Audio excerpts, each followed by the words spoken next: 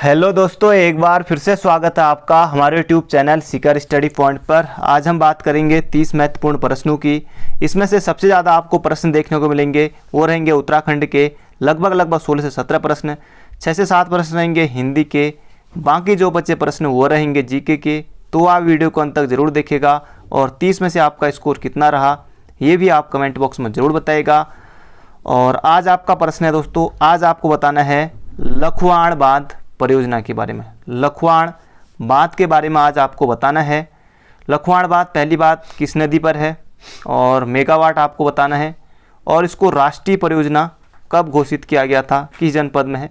बाकी आप जितना बताएंगे बाकी वो कल को देखेंगे। इसको राष्ट्रीय परियोजना कब घोषित किया गया था ये भी आपको बताना है।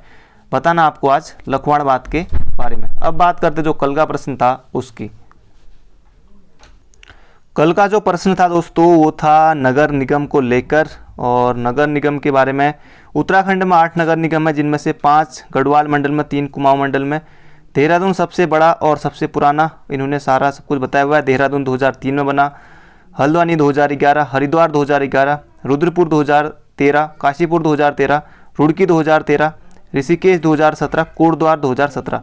तो क्रम से आपके लिए याद करने के लिए बिल्कुल सही हो गया। बाकी इन्होंने भी सही बताया हुआ है। 8 नगर निगम हैं और नगर पालिका तो 39 है।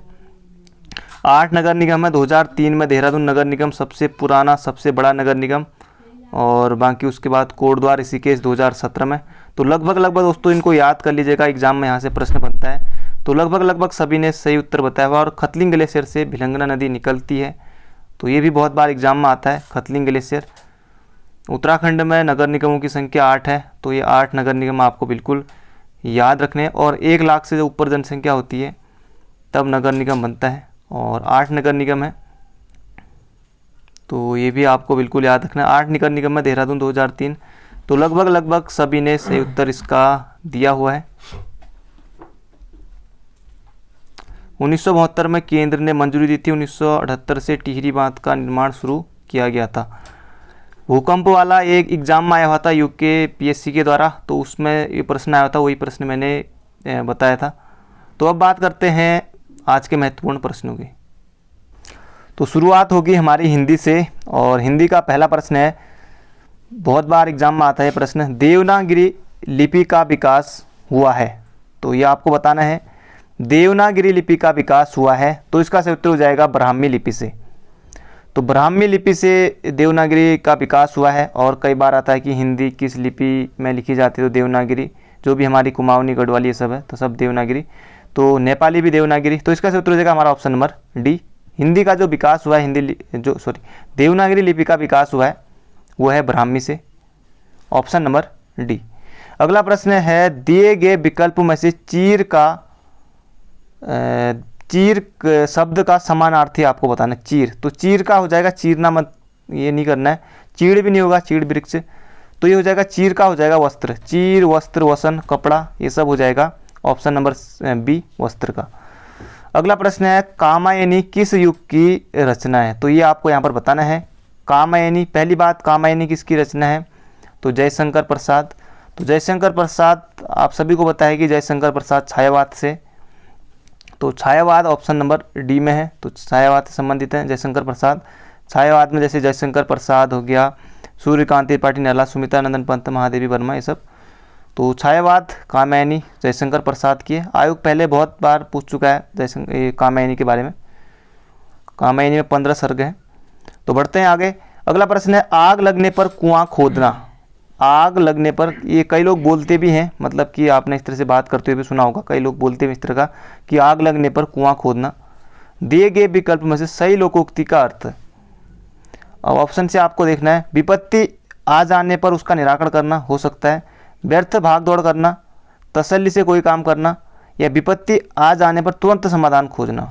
तो ज़्यादा जो सटीक होगा दोस्तों, विपत्ति आ जाने पर तुरंत समाधान खोजना, तो ऑप्शन नंबर ए हो जाएगा हमारा बिल्कुल ज़्यादा सही उत्तर। बढ़ते हैं अगले क्वेश्चन की तरफ। अगला प्रश्न है, योग्य व्यक्ति ही पहचाना जाता है। वैसे बात भी बिल्कुल सही कही कि नहीं, योग्य व्यक्ति ही पहचाना जाता है। वाक्य में जो योग्य है, ये योग्य शब्द क्या है ये आपको बताना है। तो ये परिमाण संख्या आपको कहीं से इसमें नज़र आ रही है? बिल्कुल नहीं आ रही है। तो ये हो जाएगा योग्य जो है एक प्रकार का गुण है, तो ये गुणवाचक विशेषण हो जाएगा हमारा ऑप्शन नंबर डी। योग्य व्यक्ति ही पहचाना जाता, बात भी बिल्कुल सही है। अगला प्रश्न है पुल्लिंग शब्द का चयन कीजिए। इनमें से आपको पुल्लिंग बताना है। मूर्खा, अब मूर्ख होता तो चलो मान भी लेते, मूर्खा। विदुषी, विदुषी वैसे भी स्तुति के लिए प्रयुक्त होता है ना, क्योंकि विद्वान होगा। याचिका, याचिका दायर कर दी गई है, तो सब की क्या स्त्रीलिंग है, तो पुल्लिंग हो जाएगा कर्ता। तो ऑप्शन नंबर ए हो जाएगा हमारा बिल्कुल सही उत्तर। बढ़ते हैं अगले प्रश्न की तरफ। अगला प्रश्न है और इसमें भी बहुत सारे लोग गलती करने वाले हैं। खिलौना शब्द का मूल शब्द और प्रत्यय है। तो खिलौना में आपको मूल शब्द भी बताना है और इसमें प्रत्यय भी आपको बताना है। खेलना धन होना, खिलना धन होना, खिल धन होना या फिर खेल धन होना। तो जिन्होंने खिल धन होना किया बिल्कुल गलत है। खेलना धन होना भी नहीं, खिलना भी नहीं, ये हो जाएगा खेल धन होना, ये हो जाएगा हमारा खिलौना। तो खेल जो है ये इसमें मूल शब्द है और ओना इसमें प्रत्यय लगा। अगर आएगी सिर्फ खिलौना में कौन सा प्रत्यय है, तो ओना है। तो ओना तो लगभग सभी में है, बाकी आपको इसमें से मूल शब्द बताना था, तो मूल शब्द हो जाएगा हमारा खेल। तो ऑप्शन नंबर ए हो जाएगा हमारा बिल्कुल सही उत्तर। तो बढ़ते हैं अगले क्वेश्चन की तरफ। उत्तराखंड अब यहाँ से शुरू हो गई है और बाकी अंत में भी सुमेलित करने वाले प्रश्न भी हैं, तो आप वीडियो को अंत तक जरूर देखेगा। तो हर रोज़ दोस्तों आपके लिए कुछ ना कुछ नए प्रश्न जरूर रहते हैं। अगला प्रश्न है सिक्कों के आक्रमण से बचने के लिए किस पवार शासक ने राखी नामक कर देना मंजूर किया था? तो राखी नामक कर याद रखिए, बाकी पवार शासक तो हो ही जाएंगे। तो राखी नामक कर जो देना मंजूर किया था वो जयकीर्त शाह ने, जयकीर्त शाह ने। और फिर जयकीर्त शाह बाद में फिर जो रघुनाथ मंदिर है देवप्रयाग में, यहाँ अपने प्राण अपने त्याग देता है ये जयकीर्त शाह, क्योंकि बहुत ज़्यादा परेशान हो जाता है। तो रघुनाथ मंदिर में जयकीर्त शाह अपने प्राण त्याग देता है। तो इसका सूत्र हो जाएगा जयकीर्त शाह, ऑप्शन नंबर सी। अगला प्रश्न है कब रवाई परगने को टिहरी रियासत में शामिल किया गया? तो बहुत ज़्यादा महत्वपूर्ण प्रश्न है। रवाई जो कांड है इसके बारे में आपने पढ़ा होगा, रवाई। तो ये प्रश्न आपको बताना है रवाई परगने को टिहरी रियासत, तिलानी कांड, रवाई कांड। तो टिहरी ये तो खैर अलग प्रश्न है, 30 में 1930 को। और इनमें से आपको बताना है जो रवाई परगना है उसको टिहरी रियासत में कब शामिल किया गया था। ये आज की बात नहीं है, इनमें से आपको बताना 1828 में, 18 में या 22 में या 24 में। तो जिन्होंने सोचा ऑप्शन नंबर सी, तो आप बिल्कुल सही है। 1824 में रवाई परगने को टिहरी रियासत में शामिल किया गया था। तो बढ़ते हैं अगले प्रश्न की तरफ। अगला प्रश्न है हिल रेजिमेंट की स्थापना हेनरी रैमजे, और हिल रेजिमेंट हेनरी रैमजे अपने आप ही है। तो इनमें से बताना आपको हिल रेजिमेंट की स्थापना हेनरी रैमजे ने कब की गई थी? तो ये हो जाएगा 1855 में। तो वो गद्दी पर खुद ही नहीं थे, मतलब कि असिस्टेंट कमिश्नर थे पहले। तो ये 1861 भी नहीं होगा, तो ये हो जाएगा 1858 में। 1858 में। और 1856 से लेकर 1884 तक कुमाऊं कमिश्नर के रूप में रहे हेनरी रैमजे। तो इसका क्षेत्र हो जाएगा हमारा ऑप्शन नंबर बी। हिल रेजिमेंट की स्थापना हेनरी रैमजे ने 1858 में की थी। तो बढ़ते हैं अगले प्रश्न की तरफ। और अगला प्रश्न है पंचबद्री के बारे में है ये प्रश्न, और इस तरह का प्रश्न जरूर आएगा एग्जाम में। सुबई गांव या फिर सुबेन नामक स्थान पर भी इसे कह सकते हैं। सुबेन नामक स्थान पर कौन सा बद्री स्थित है? सुबेन नामक स्थान पर कौन सा बद्री स्थित है? तो इसका सही उत्तर हो जाएगा ऑप्शन नंबर डी, भविष्य बद्री। और पंचबद्री यहाँ पर दिए गए हैं, जैसे योगध्यान बद्री है, वृद्ध बद्री, योगध्यान बद्री, एक हो गया भविष्य बद्री, बद्रीनाथ, ये सब जो हमारे पंचबद्री में आते हैं। तो ये सुबेन नामक स्थान पर है, कौन है? भविष्य बद्री है। और जो योगध्यान बद्री है ये है पांडुकेश्वर नामक स्थान पर। योगध्यान बद्री है पांडुकेश्वर नामक स्थान पर, सभी के सभी चमोली में ही है। तो इसका सही उत्तर हो जाएगा हमारा सुबेन नामक स्थान पर, सुबे जो गांव है, तो यह है भविष्य बद्री। ऑप्शन नंबर डी हो जाएगा हमारा बिल्कुल सही उत्तर। अगला प्रश्न है रुड़की से पिरान कलियर के बीच रेल इंजन, रुड़की से पिरान कलियर के बीच रेल इंजन 2 मालवाहक डिब्बों के साथ कब रवाना हुए थे? तो परीक्षावाणी में आपको मिल जाएगा ये। तो डेट सभी के सभी 1851 है, बाकी दिसंबर भी सभी में है। तो अब आपके सामने डेट के अलावा जो फिक्स है, जो एग्जैक्ट डेट है वही आपको देखनी होगी यहाँ पर। तो इसका सही उत्तर हो जाएगा ऑप्शन नंबर सी। 22 दिसंबर 1851 को ये जो रुड़की से पिरानकलेर के बीच रेल इंजन 2 मालवाहक डिब्बों के साथ रवाना हुए थे। तो इसका सही उत्तर हो जाएगा हमारा ऑप्शन नंबर सी। तो ये आपको बिल्कुल याद रखना है। बढ़ते हैं अगले प्रश्न की तरफ। अगला प्रश्न है Himalayan chambers of commerce and industries कहाँ स्थित है। तो बहुत ज़्यादा महत्वपूर्ण प्रश्न है। Himalaya chambers of commerce and industries कहाँ स्थित है। तो श्रीनगर, गोपेश्वर नहीं, तो ये है नैनीताल में। Himalayan chambers of commerce and industries, तो ये है दोस्तों कहाँ, नैनीताल में। अगला प्रश्न है निम्न में से किस संग्रहालय की स्थापना 1979 में की गई थी। तो इस तरह से भी प्रश्न आ सकता है किसकी स्थापना इनमें से सबसे पहले हुई थी, किसकी बाद में हुई थी। तो आपको सन भी याद रखने होंगे, तो इनके बारे में सभी में जान लेते हैं। तो इसका सही उत्तर है यह पंडित गोविंद बल्लभ पंत संग्रहालय। ये राष्ट्रीय संग्रहालय अल्मोड़ा में स्थित है। जब आप अल्मोड़ा आएंगे तो अल्मोड़ा जहाँ पर केमू स्टेशन है तो वहीं पर है। अगर कभी आए तो आप वहाँ टाइम है तो आपके पास वहीं पर है, आप जा भी सकते हैं। तो 1979 में इसकी स्थापना हुई थी, गोविंद बल्लभ पंत जो राष्ट्रीय संग्रहालय है। और जब मैं भी गया था तो मैंने पूछा तो वो बता रही थी कि जो गोविंद बल्लभ पंत हैं तो उनका यहाँ पर जिस घर में है उनका यहाँ पर नैनीहाल था करके पहले, मतलब उनका जन्म तो हुआ था 10 सितंबर 1887 को, जो खूंट नामक ग्राम है अल्मोड़ा में। और तो उनका यहाँ पर जो यहाँ स्थित है गोविंद बल्लभ पंत, यहाँ इनका नैनीहाल था पहले। हिमालय संग्रहालय जो है, हिमालय संग्रहालय तो ये नैनीताल में है। 2005 में इसकी स्थापना हुई थी। और इसी से मिलता जुलता हिमालयन अंतर है। हिमालय तो नैनीताल में हो गया 2005, हिमालयन हो गया 1965 में और उत्तरकाशी में। और जो लोक संस्कृति संग्रहालय है 1983 में, यशोधर मठपाल कुटानी में है। तो इसका उत्तर हो जाएगा ऑप्शन नंबर डी। अगला प्रश्न है केदारनाथ आपदा के समय ऑपरेशन सूर्या होप। तो ये भी आता है कि केदारनाथ आपदा के समय कौन सा ऑपरेशन चलाया गया। तो ये होगा हमारा ऑप्शन नंबर, ऑप्शन तो नहीं है, ऑपरेशन सूर्या होप। और ये कब से कब तक चला था ये यहाँ पर आपसे पूछा गया है। तो इसका उत्तर हो जाएगा केदारनाथ 16 से 17 जून, और 17 जून से शुरू हो गया था ये, और 17 जून से ही ये होगा 2 जुलाई तक। 17 जून से लेकर 2 जुलाई तक चलाया गया था ऑपरेशन सूर्या होप। तो ये आपको बिल्कुल याद रखना है। और बाकी केदारनाथ पूजा भी लगभग 86 दिन तक नहीं हो पाई थी, तो बाधित रही थी। तो ये हो गया। और इसके बाद जो केदार घाटी पुनर्निर्माण का कार्य NIM को सौंपा गया था, नेहरू पर्वतारोहण संस्थान को। ये सौंपा गया था 11 सितंबर 2014 को, 11 सितंबर 2014 को। तो इसका उत्तर हो जाएगा 17 जून से, क्योंकि 16-17 जुलाई आपको जून देखने को मिलता है ना कि केदारनाथ की जो आपदा है। तो 17 से ही शुरू हो गया था, उसके बाद ही जैसे ही फिर बारिश बंद हुई सब आपदा ये हो गई थी। फिर उसके बाद 17 जून से ही 2 जुलाई तक ये चला था।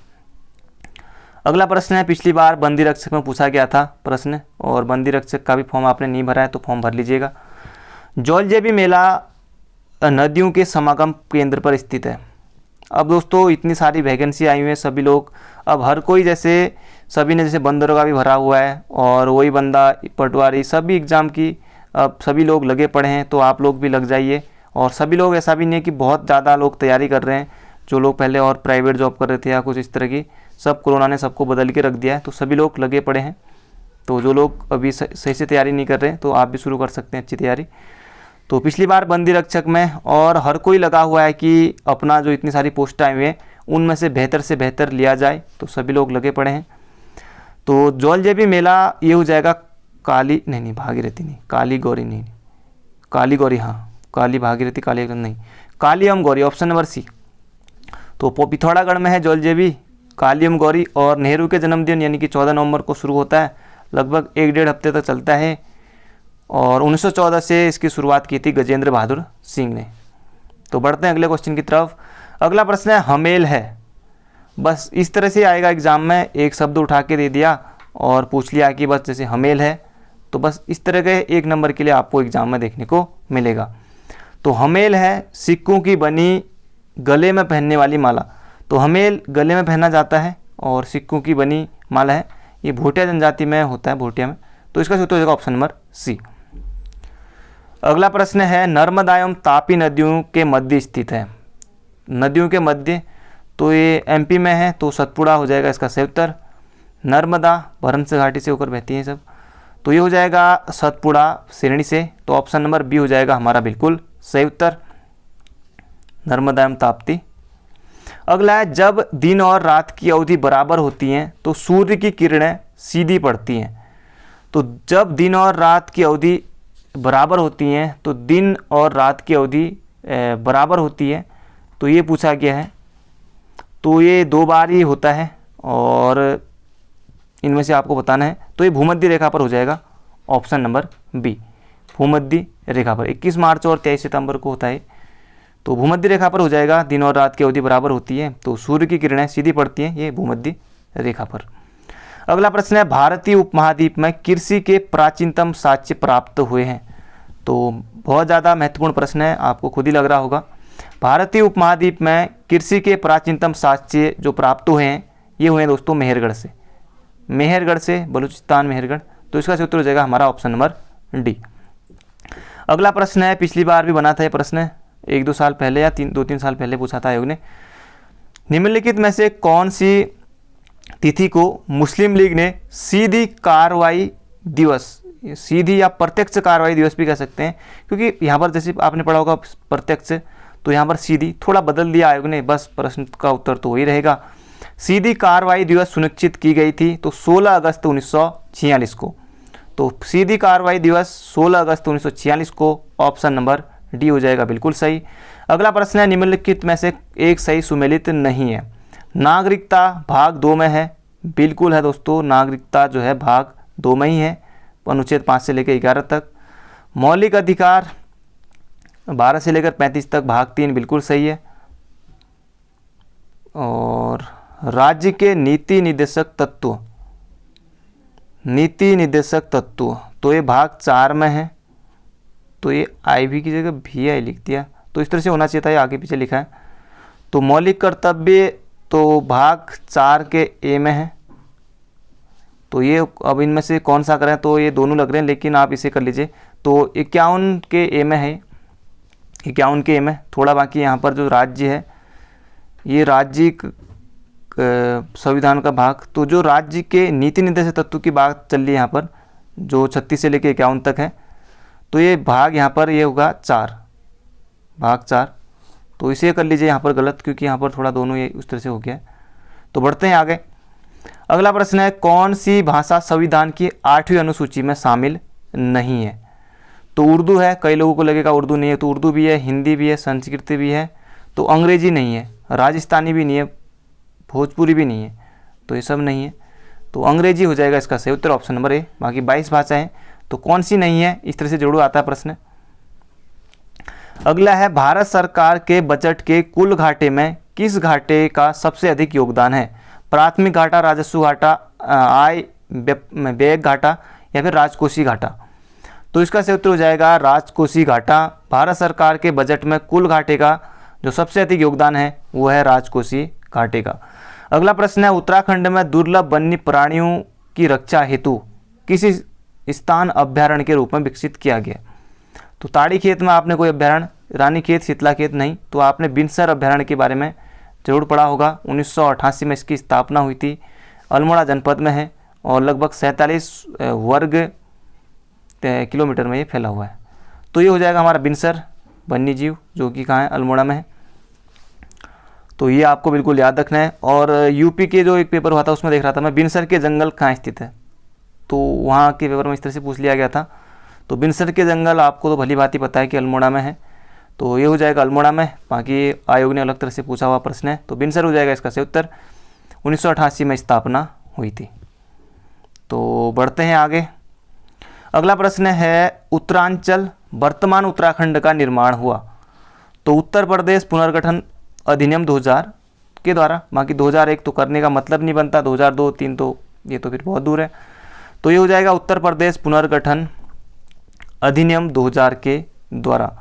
और उत्तर प्रदेश जो लोकसभा में स्वीकृति दी गई थी अधिनियम को, लोकसभा में 1 अगस्त को, फिर 10 अगस्त को राज्यसभा में फिर पास हुआ था, फिर 28 अगस्त को राष्ट्रपति के.आर. नारायण ने अपनी स्वीकृति दी थी। अगला प्रश्न है, गढ़वाल व कुमाऊं के पर्वतीय क्षेत्र में हाथ से बने कागज के प्रयोग का वर्णन किया है। तो ये क्या है, वाल्टन ने। तो ऑप्शन नंबर बी हो जाएगा हमारा बिल्कुल सही उत्तर। गढ़वाल और कुमाऊं के पर्वतीय क्षेत्रों में हाथ से बने कागज के प्रयोग का वर्णन किया है, तो ये वाल्टन ने किया है। अगला प्रश्न है, उत्तराखंड के निम्न जनपदों को उनकी साक्षरता प्रतिशत 2011 के अनुसार आरोही क्रम में, यानी कि हमको बढ़ते क्रम में सजाना है। तो यहाँ पर उधम सिंह नगर भी नहीं है, तो यहाँ पर जो लेते हैं हम सबसे पहले हरिद्वार, तो फिर हरिद्वार ही लेना पड़ेगा यहाँ पर। फिर हरिद्वार के बाद उत्तरकाशी, उत्तरकाशी के बाद टिहरी, टिहरी के बाद फिर बागेश्वर, क्योंकि हरिद्वार सिर्फ एक ही ऑप्शन में है, तो हरिद्वार ज़्यादा उचित रहेगा, क्योंकि उधम सिंह नगर है नहीं, तो हरिद्वार ही करेंगे। तो ऑप्शन नंबर बी हो जाएगा हमारा बिल्कुल सही उत्तर। अगला प्रश्न है, ब्यासी बांध परियोजना का निर्माण यमुना नदी पर है, वह किस नगर के स्थित है। तो ब्यासी बांध, पहली बात तो कि इस ऐसे भी बन सकता है कि प्रश्न है ब्यासी बांध किस नदी पर है, यमुना नदी पर। ये वैसे मिलान करने के लिए ज़्यादा आएगा इस तरह का प्रश्न है, तो यमुना नदी पर है, याद रखिए ब्यासी बांध। और मसूरी नहीं, हरिद्वार नहीं, Dehradun, Dehradun option number B, Dehradun पर है यमुना नदी पर ब्यासी बांध परियोजना। आज का हमारा आखिरी क्वेश्चन है दोस्तों, सरला बहन का मूल नाम था। तो सरला बहन का मूल नाम था कैथरीन हेलीमैन। तो ऑप्शन नंबर बी हो जाएगा, सॉरी ए हो जाएगा हमारा बिल्कुल सही उत्तर, कैथरीन हेलीमैन। तो दोस्तों ये थे आज के हमारे 30 महत्वपूर्ण क्वेश्चन। बाकी मिलेंगे कल को बहुत जल्दी। Thank you friend, thank you so much. अपना ध्यान रखिएगा, तैयारी करते रहिए।